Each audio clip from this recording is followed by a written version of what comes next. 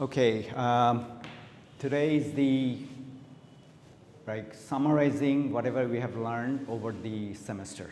So our ultimate goal is to present an organized structure of the presentation, and that should be a logical structure. Organized structure actually is needed because we want to enhance or increase the retention of the material that we provide to our audience. Retention meaning you can remember even after the event is over.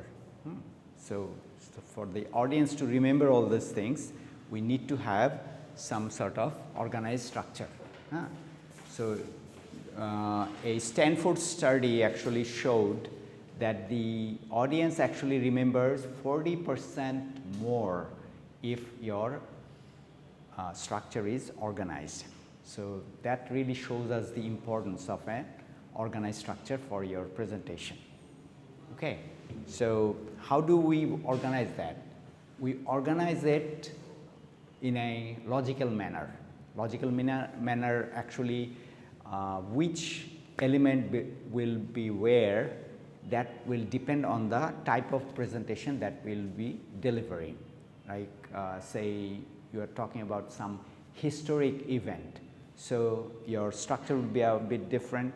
If you are talking about something purely informative or instructional, then it will be different. Even if you have something else that only a persuasive presentation, things will be also different. Remember we talked, there was a question in your midterm, like Sanjida, a final year CSE student trying to present in front of a college audience. So how she should deliver. This should be a motivational or instructive presentation. You can call it also informative, but this is not actually very persuasive. Yes, you can make it a bit persuasive. That's the actually overlapping of the typology. Overlapping, do we understand that it's not purely one thing? It is many types can be blended together to make it more reliable, more important, more attractive to your audience. So usually once if we look at this structure, here there are two parts of your presentation structure. One is the formal part, another one is the informal part. So the formal part is the main that you have to concentrate, but the informal parts, they kind of build the expectation of your audience. You are making them ready for your presentation. And the later informal part, usually these are question answer sessions or discussions.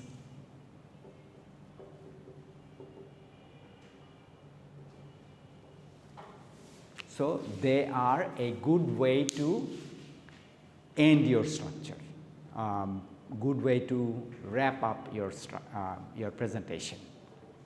Okay, so first we start with the first informal structure, that is the introduction of the presenter.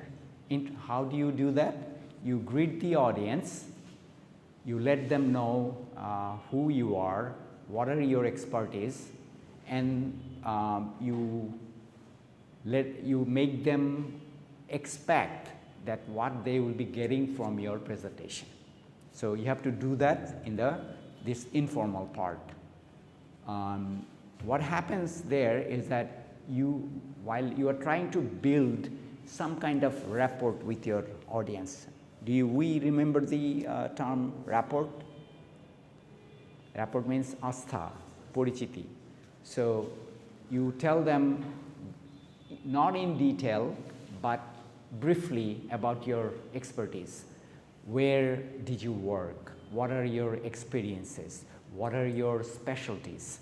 So those things in probably 4 or 5 sentences, will give them a short profile of yourself.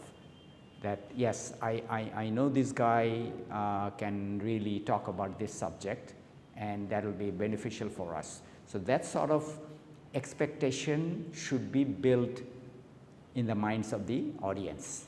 So that comes in this informal part. And then you go for the formal one, which actually is your general topic.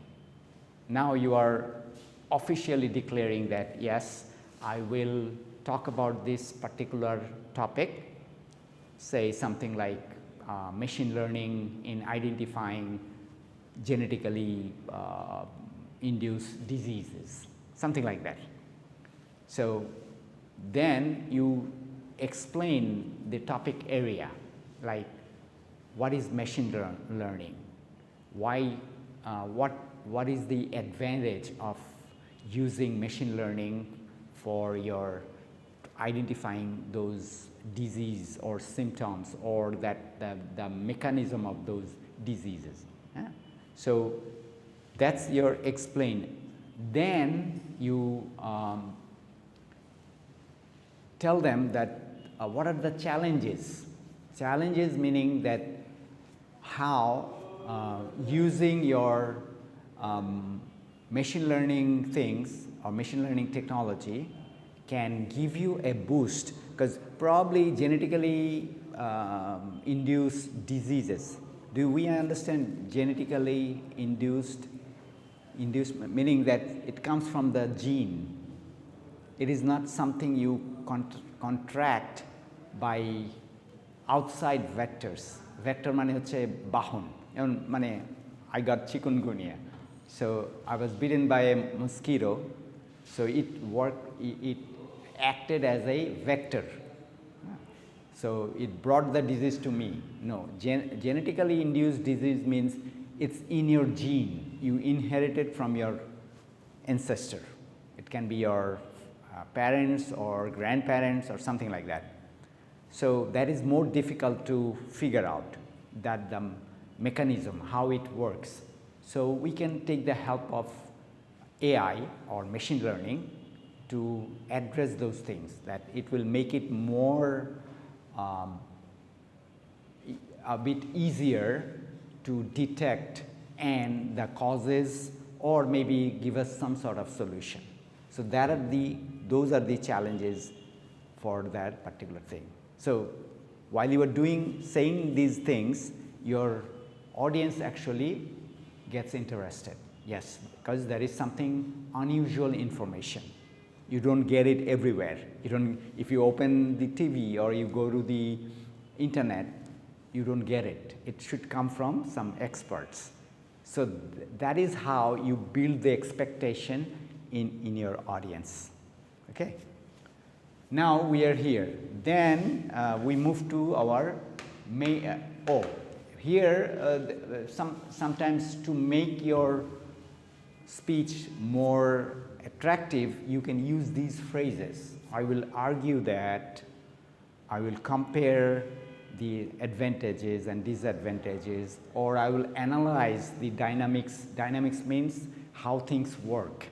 So, or I will evaluate, I will describe. So these sort of phrases actually work as a transition phrase. Remember transition phrase we talked about? That there are phrases that connects two segments. So that's how and then when you are going to your main presentation, then you say, I'm hoping this will provide you with some sort of knowledge so that you can understand how machine learning can be used for detecting these genetically induced diseases. Okay. Then you are still here actually, and then you are saying that you show them the sequence of the organization of your presentation. So organization meaning that what will come the next, even after that. So you kind of give them a serially written bullet points that will explain that what will come after what. And you can also tell them that, yes, we are going to talk about the genetically induced diseases and their challenges in the first 15 minutes. Then we'll talk about the use of machine learning for the next 20 minutes. And then we'll go for discussing the importance or the challenges in bringing in this new technology into detecting these medical problems. So for another 15 minutes. And lastly, we'll go for the question answer sessions for say 20 minutes. So when you are segmenting your presentation and you're showing them that this is the sequence, they get prepared. They know what to expect when. Otherwise, when you just start the presentation, many a times we, the teachers, we behave in this manner, but we do not do that intentionally. We behave in this manner because I'm supposed to actually give you a handout, but when the student body is so many, so I cannot really give you the handout, so I go for the slides. But you can also do that. If your audience is small, then you can easily print out handouts and you can give it to them. But if it is a large audience like 3,000 or even 500, it is kind of cumbersome, a bit difficult for printing out handouts for all these people. So anyway, so after you have given them the sequence, you then move to your main body of your presentation. Oh, here actually we talk about that. I have already talked about this, the length of your talk, meaning the segments, length of the segments. And you, at the same time, you can actually ask them that in which way, you can actually instruct them which way you want them to interact with me. You can either have them question you during the presentation, or you can tell them that, well, let me first explain things to you first, then at the end we'll take questions. So whatever question you may have, please write it down or hold your thoughts so we can discuss it after the main presentation is done. So this is how you do that. And here again, there is a subtle thing, subtle বুঝি আমরা, to অদৃশ্য, to সূক্ষ্ম, there is a subtle thing you are actually doing here. What is that?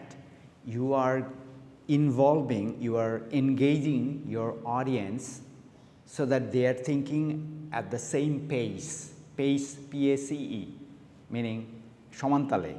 They are thinking at the same pace as you are, and they are interested and they want to get involved in thinking about the presentation. So you are building an expectation with that. Yes, to be sure, you guys will not be that masterful after completing this course, but if you keep on practicing this, you will get there. I mean, this is not something unattainable. You are saying that probably you think that, well, I have not given any presentation in my whole life. Now here I am in the course, and I'm being pressured to give presentation. So I don't think this is gonna work for me. No, this is a thing that once you break the ice, once you get over the first step, you can develop gradually, but you have to give some time and effort for doing that. Okay, now we go to the central main body of your presentation. This can be 60 or 70% of your talk. Previously I said 80%, but considering this part and that part, the question answer part, you have to kind of shorten it a little bit. So this is actually 60 to 70% of your talk.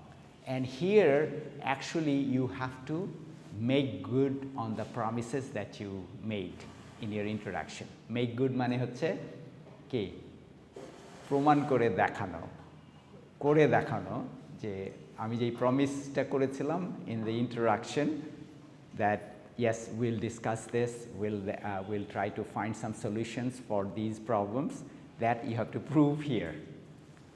But you have to also make this segmented. How? There are different categories you can make that segment. Meaning segments mean you are making subsections, subparts. Those subparts can be categorized in the following way. You can do it by priority. Priority meaning which one should be talked about first, then the second one, then the third one, and so on. Or you can do it by theme. Theme meaning that you are talking something about, say you have an issue, you are talking about a social issue. What happens? You first describe the problem there, so that's a theme. Then you go on to the result, that's another theme. Then you go on to some sort of social action or movement that we can do so that things are changed from the way they are now. Okay, say something about traffic jam, or maybe you can even look at your own neighborhood.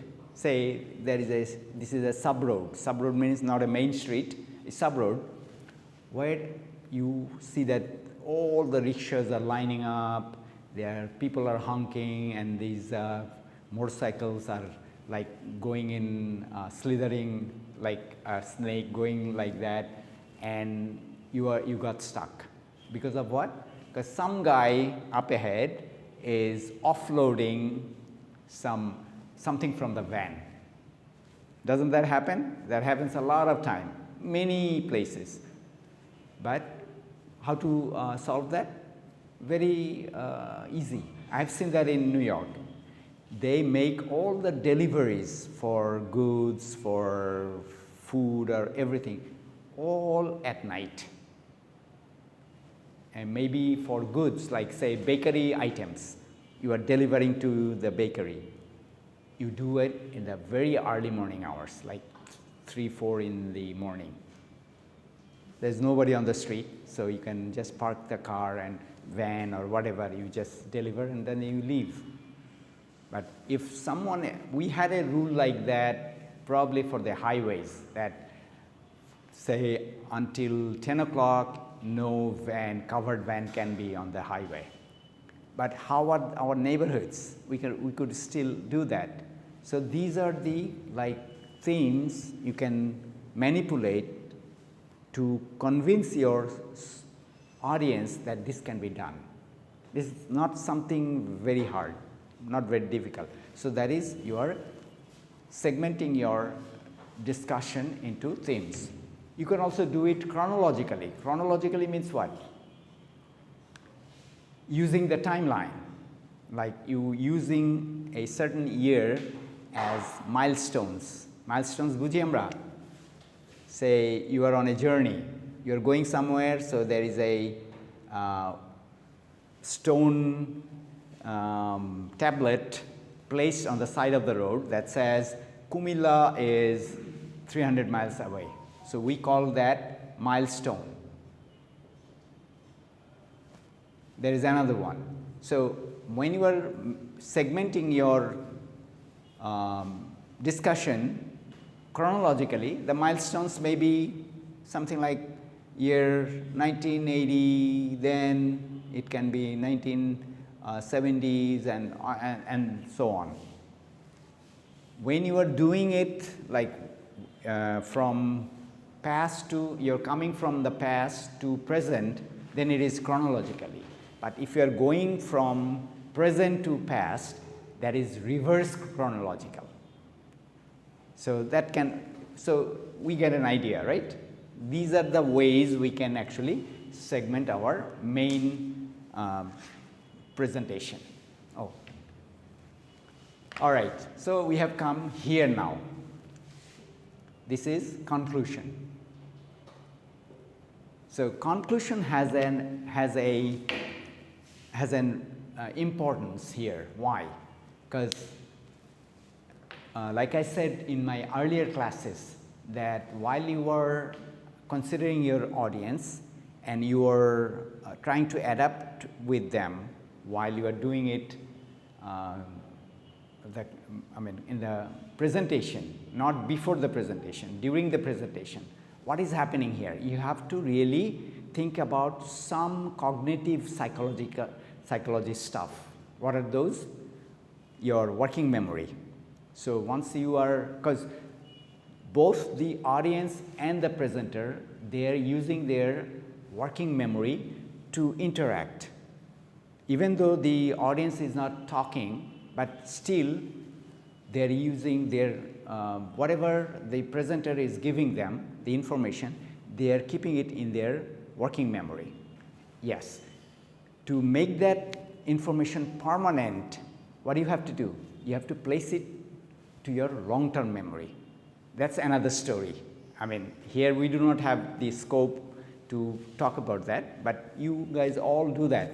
We memorize, we write it down, we rehearse. So that makes us able to transfer from working memory to the long-term memory. But you cannot do it when a presentation is going on. You can write it down or take notes, but you cannot just do it instantly. So what happens then? Since we have so little working memory, because a cognitive psychologist named, I guess, Stephen Miller or something, he discovered, I also talked about that in the earlier classes, like you can keep 7 or plus or minus 2 chunks of information at the same time in your working memory. Plus or minus meaning either 5 or 9. So that is not really that much. And so what happens? When the new information comes, it kind of pushes out, say this is your working memory. So when the new information is coming, it is actually pushing out your old information.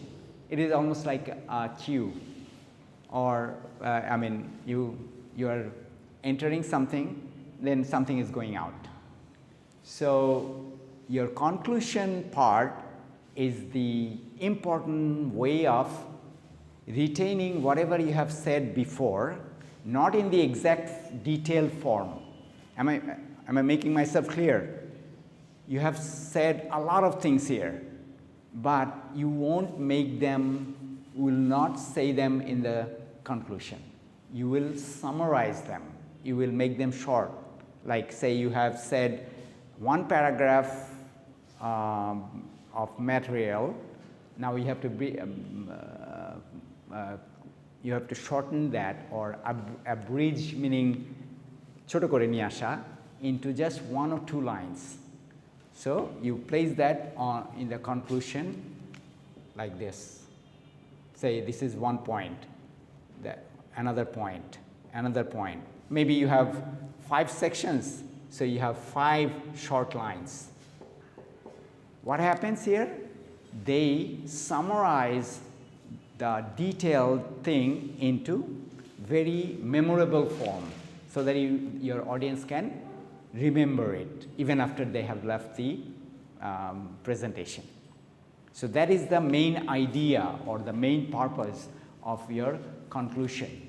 And this is like stamping in. Stamping in mane seal mere deya. So you're stamping in your presentation into their minds just by in the conclusion part.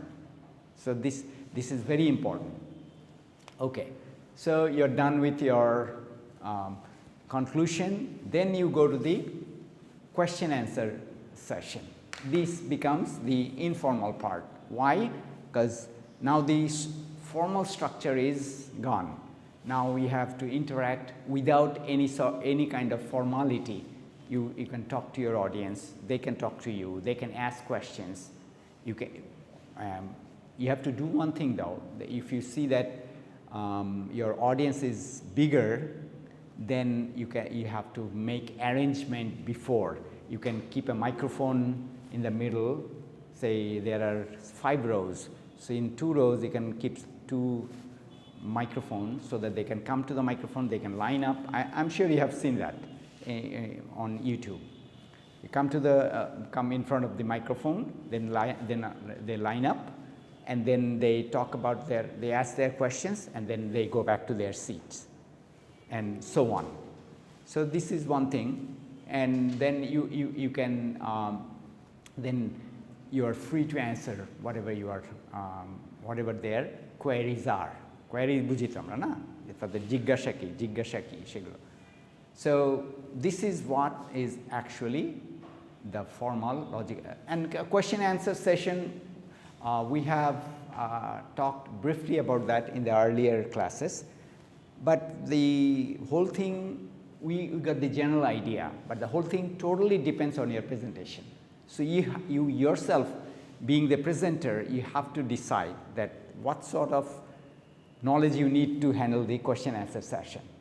Usually you have to know all the details, because there can be any type of questions. So you should be ready to answer all of them. That means you have to have a vast knowledge, and that you can do. So by the time I'm sure that you got the idea that when you are trying to be a presenter, you have to really work hard.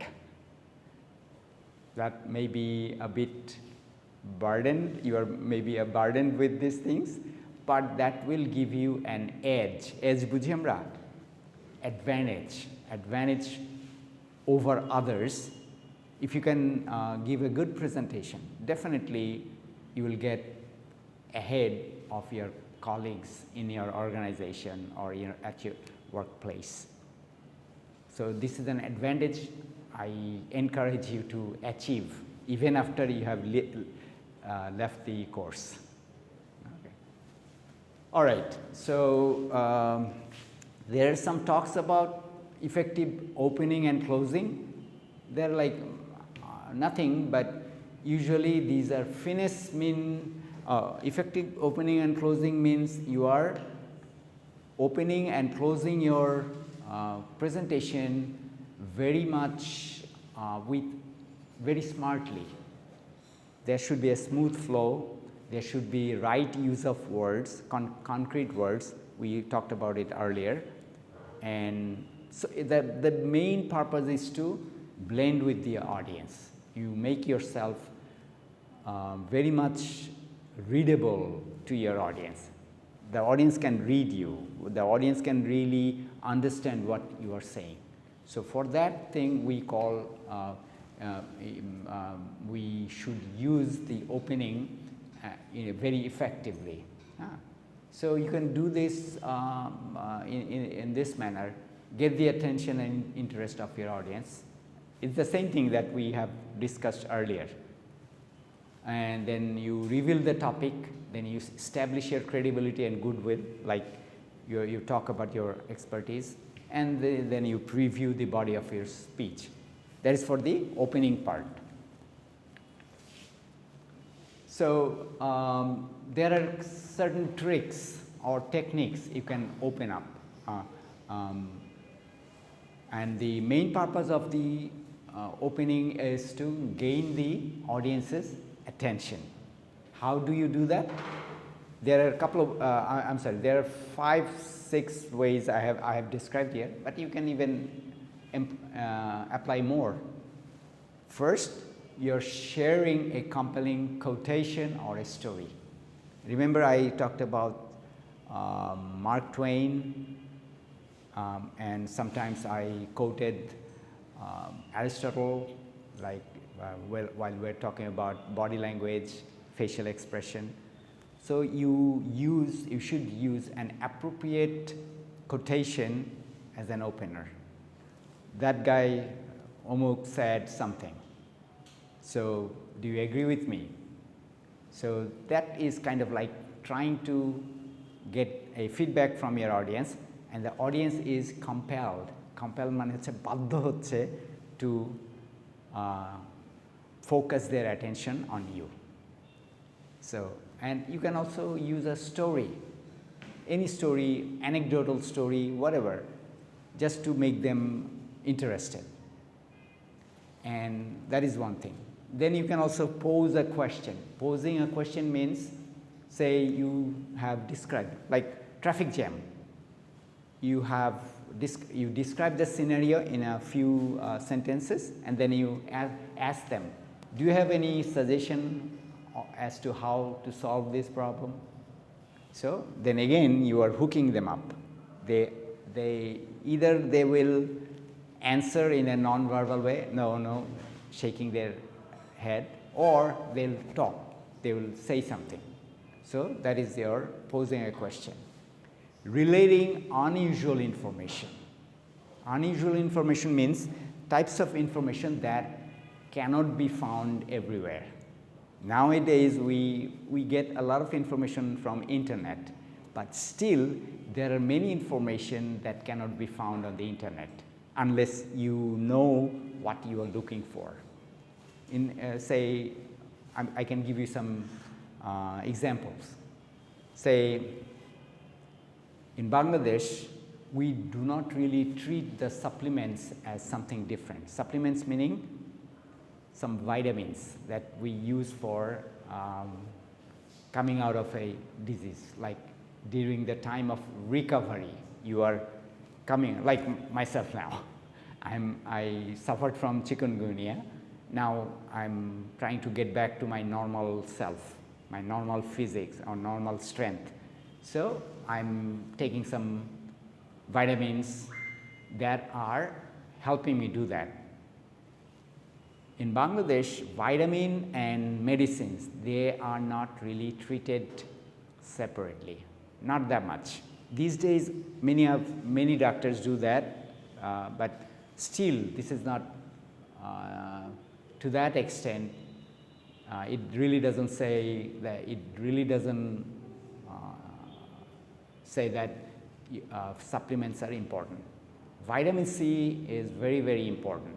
I myself use it a lot. It works against infections. It works against any kind of cold, fever. When I have a fever, I usually take 2,000 to 3,000 milligrams of vitamin C, which is a high amount, and doctors will, if you tell them that, doctors will say, you will damage your kidney, but there are many medicines that can damage your kidney too. But I have not really heard that supplements are damaging anyone's health, unless this is something else, like say vitamin A, vitamin E, vitamin D. These are the vitamins that you have to take carefully because they stay in your body. But vitamin C and vitamin B, they are called water-soluble vitamins. They go out very easily with your urine. So that is not really very dangerous. So all these information, how many of you heard that before? So this is your unusual information. So once you can give the unusual information to your audience, many a times I use my anecdotes of staying in New York City, which really gives you a alternative picture, not the usual picture that we see about New York City. So these are unusual information. Or you can talk about your the neighborhood that you came from. You can give them some information. You can give your audience some information that cannot be seen from outside. So that is your unusual information. All right, you can also use humor. I mean, I'm not really very good at humor, but there are sometimes you know certain jokes and your friends actually appreciate the way you cut jokes. So you can use that skill to your presentation. I mean, for serious presentations, probably that would not be very much appropriate, but for light presentations, light-hearted presentation, that is more than necessary. Then you can refer to the audience and the occasion. You can usually talk about the audience, and then you can you just tell them what kind of audience they are, whether they are, that really makes them efficient, and you can make them actually the right person or the right audience. And then you can talk about the occasions. Occasions meaning, for what was the purpose of your presentation. So this is how you can finish yourself, make your presentation very efficient. How much time do we have? Oh, I'll go for another 10 minutes. Okay. So the basic idea is clear to you, should be clear to you guys, that you have to have a logical structure for your presentation. Then you work on these structures by employing these sort of things. It is almost like putting the icing on a cake. Do you understand what I mean?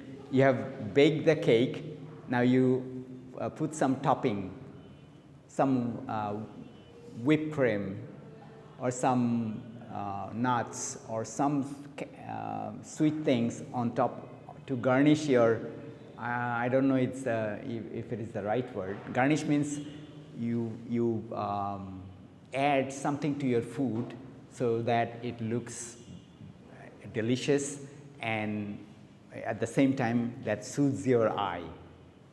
চোখে দেখতে সুন্দর লাগে. So these are the things that you do to make your presentation better. These are the decorative stuff.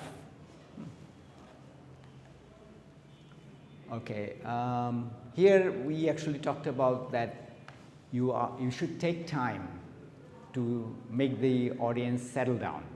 So once I come in through the door, I see my audience is talking and they are interacting, laughing, and so you come here and with a smile, then you look at them. So then they know that, well, this is time to stop and focus on you. So that is also a very smart thing to do. And then you establish some sort of eye contact. That's the first thing you should do, so that your audience actually understands that, yes, he values our presence and he wants to communicate with us. Because if you are here and you don't really look at your audience, you just say looking at the ceiling or the back wall, that is very much of a neglect that the audience feels very bad, that they're saying, oh, he doesn't care that we are here. Because they have to really value their presence, because they're here to listen to you, keeping their some other stuff away. They have come to talk to you or listen to you, so that you should be grateful for that. Okay, so this is done. And closing, this is a quote by Henry Ward's Longfellow, I guess he was first name, an American poet. He said, "Great is the art of beginning, but greater the art of ending. Greater the art is of ending." That means, yes, you can start your presentation or speech, whatever, in a grand way, but your ending should be even more grand. So that means this is your last chance to drive home your ideas. Drive home মানে হচ্ছে পৌঁছানো. So you drive home, like we said in conclusion, that's the last chance you have to make your presentation stick to their minds. So that is why you have to have some sort of finesse. Finesse is, you can remember this as fineness or smart way of doing things. So then you can use some phrases. In conclusion, or my purpose has been here to do this, or let me end by saying all these are cues. Cues mane ingit to your audience that yes, you are ending it now.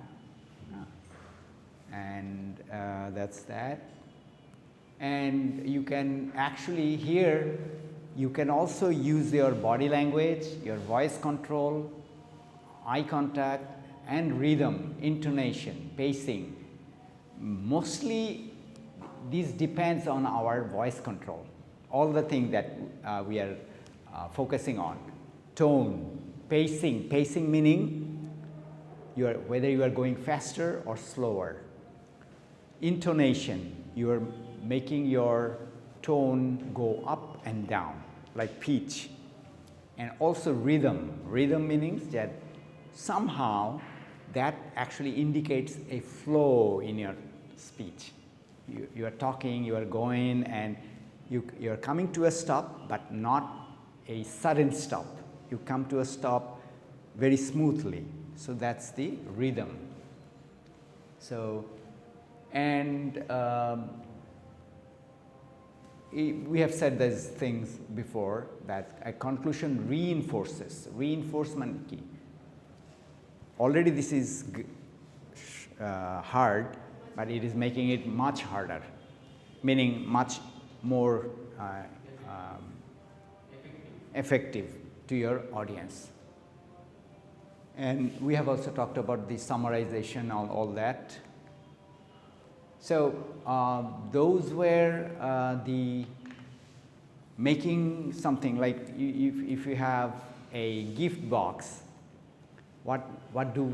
We try to tie up a bow or put some flowery things on top of that. So your finish of your opening and ending works in that same manner. They decorate the presentation for better. And this is something else that we have already talked about in our adapting to your audience during delivery. So you have to have some sort of demographic information. You will have to look for their psychological information. You have to know that how they might react when I say this and that sort of thing. And you have to also look for their non-verbal feedbacks, like how they are reacting, not saying anything, but their body language, that is telling you something that yes, whether they are feeling bored or they are feeling attracted or they want to participate or they are just resigned. Resigned meaning very relaxed, whatever, I don't care, whatever he says, I'll just listen and I'll just get out of here once this is done. So these are the things that you can actually find out from your audience, and then you can kind of repackage your message.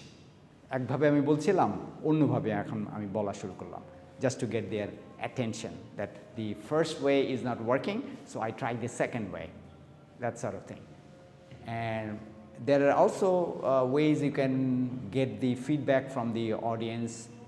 If this is like you are asking for their direct input, you have a back channel or a board that has some sort of, they can kind of tweet things, or they can, you have seen that the chats in different YouTube channels, or when a live broadcast is on Facebook, you can also see that people are writing comments.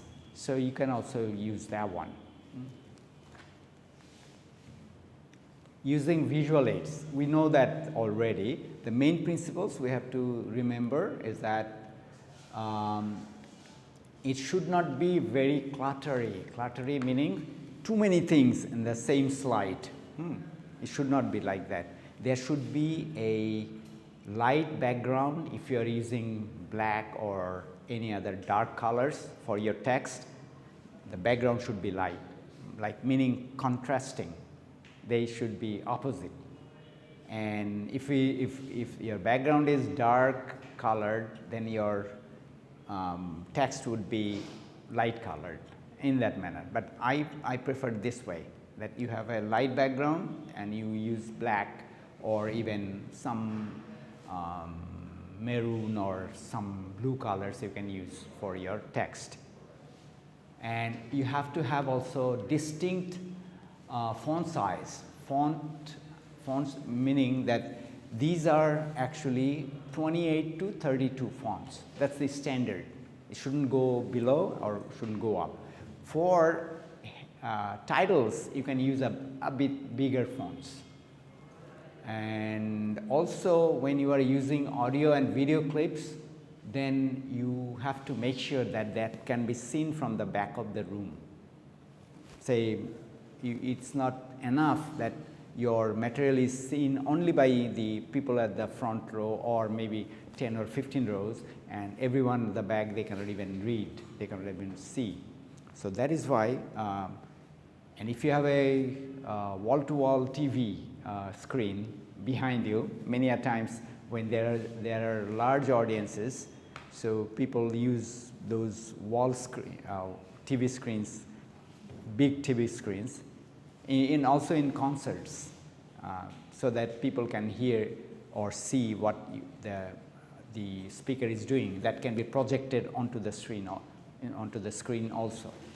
And you have to also make sure that your voice is clearly audible. Audible meaning shona jai from the back. Even if it is a large audience, then you have to make sure that your amplifiers, your microphone, they are really tested before the presentation.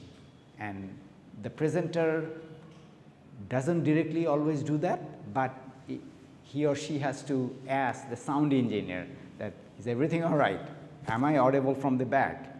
So you have to test before you even start, even the people or your audience arrives to your venue.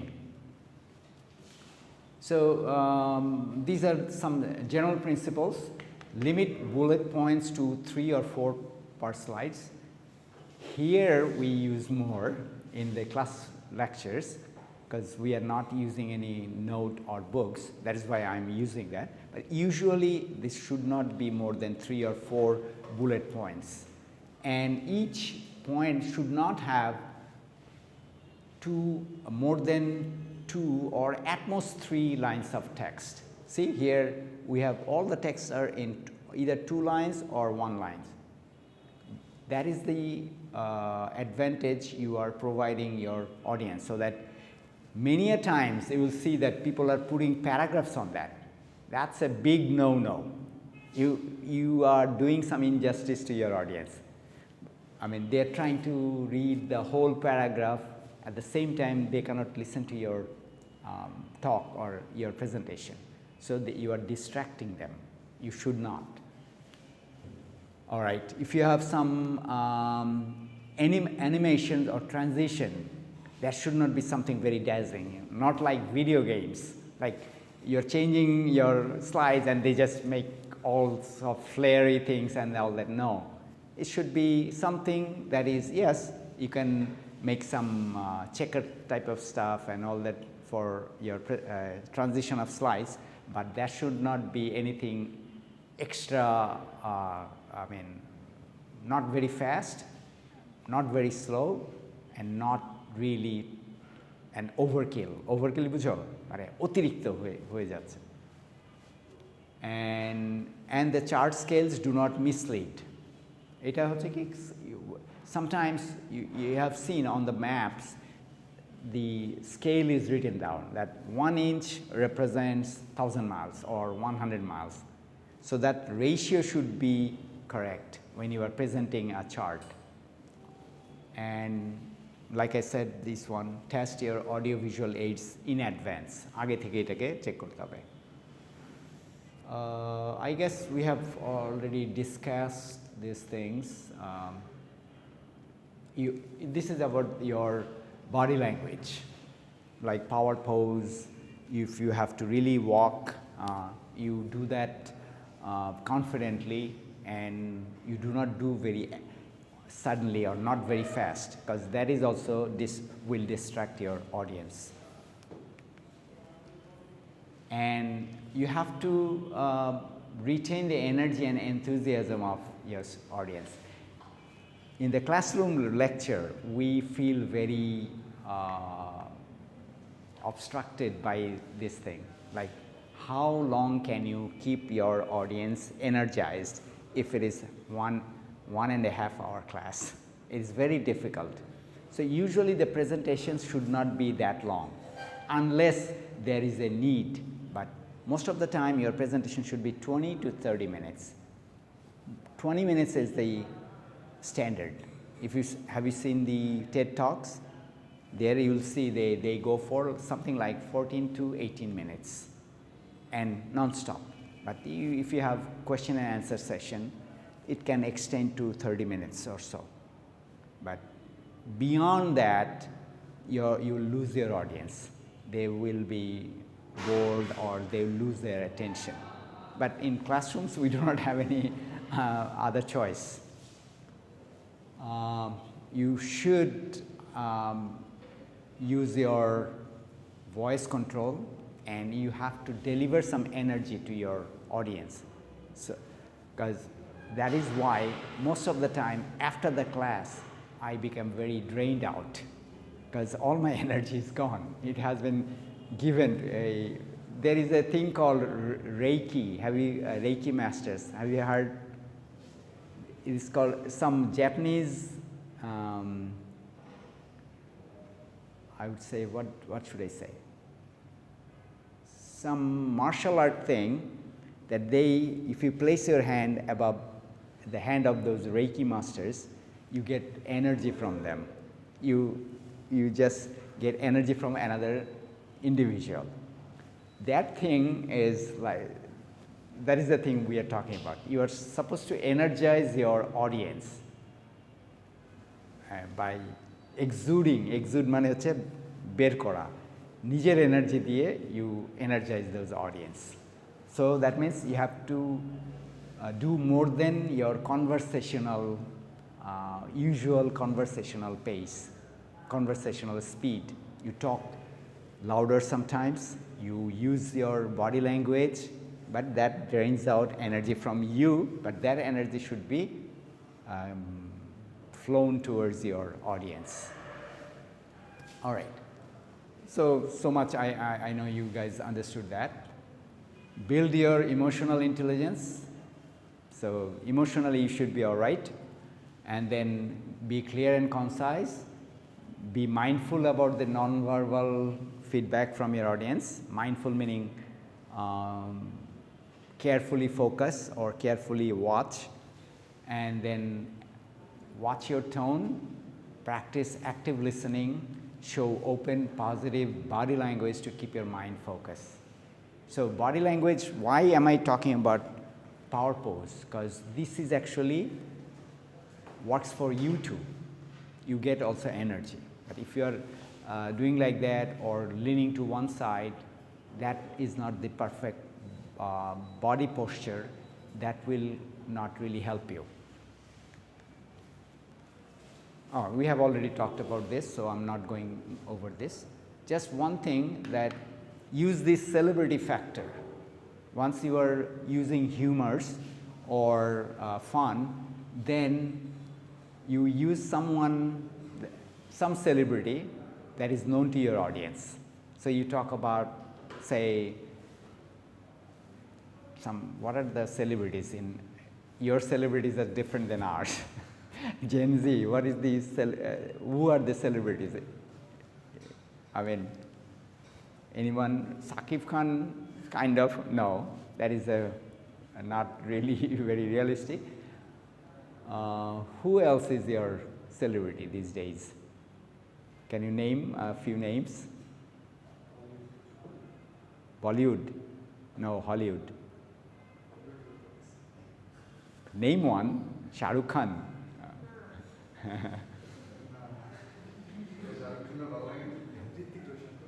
Hrithik Roshan, okay. Who else? In Bangladesh, is there any? Musharraf Karim. Well, yes. Salman Khan. Right. So not, but they are from the 90s. How about now? There is no. That's really dangerous. Why?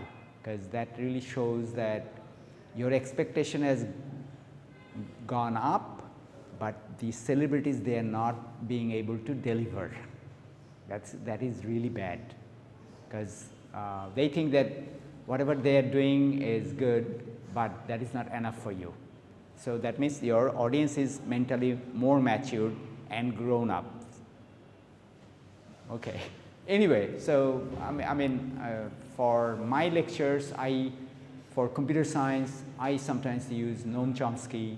He's my celebrity, actually. Noam Chomsky said something. The funny thing is that once you listen to Noam Chomsky, you will be very much bored. Try listening to him. Let me write down his name.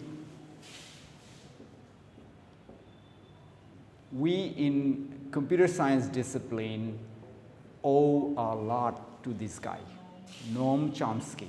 Noam Chomsky. If you listen to him, he's giving you a lot of information, very good information, but in a very baritone voice. Baritone meaning monotonous. You lose your focus after some time. I can talk about one philosopher, Slavoj Žižek. I guess I talked about him in the earlier classes. He's a Slovenian philosopher, very famous these days. And he actually talks very fast with an accent, because since he is a Slovenian, when he speaks English, it's different English. And what he does wrong is that he always touches his nose. He's talking, his gestures, and after a few seconds he touches his nose. So that is very distracting. Even though he is giving you a lot of good information, but that really distracts you. I rather read his books or his articles. Many a times I try to listen to his talks, but I could not somehow focus. So these are do not use these celebrities. Use someone who is very articulate in presenting, articulate meaning very skillful in presenting.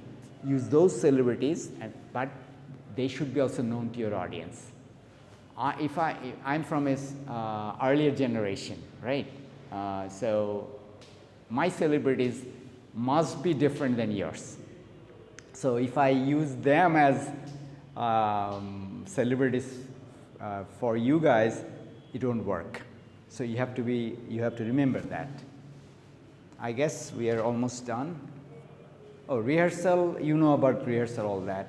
You should be using visualization, image streaming, and recording. So that's the main thing about rehearsal. What else? Okay. It is like you're actually talking, you are using your cohorts. Cohorts kara jara tomar sathe porashona korche ekই সাথে বা তোমার সাথে আছে যাদের সাথে তুমি চলো তাদেরকে ইউজ করো. You can use your family members as your rehearsal audience to get some feedback from them. That's what is all right.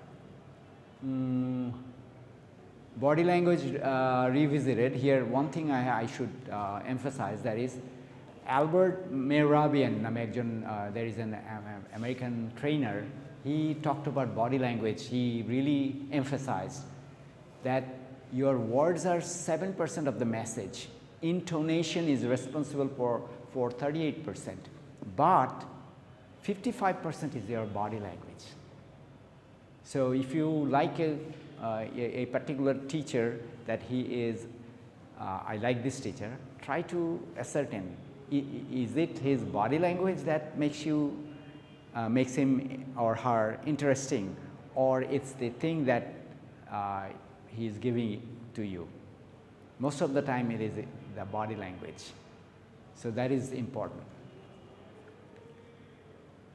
Final advice, this is also saying that you have to keep aside rehearsal time for at least 10 times. I would say for your final presentation, you should rehearse at least 10 times before delivering it in front of us. So that's it.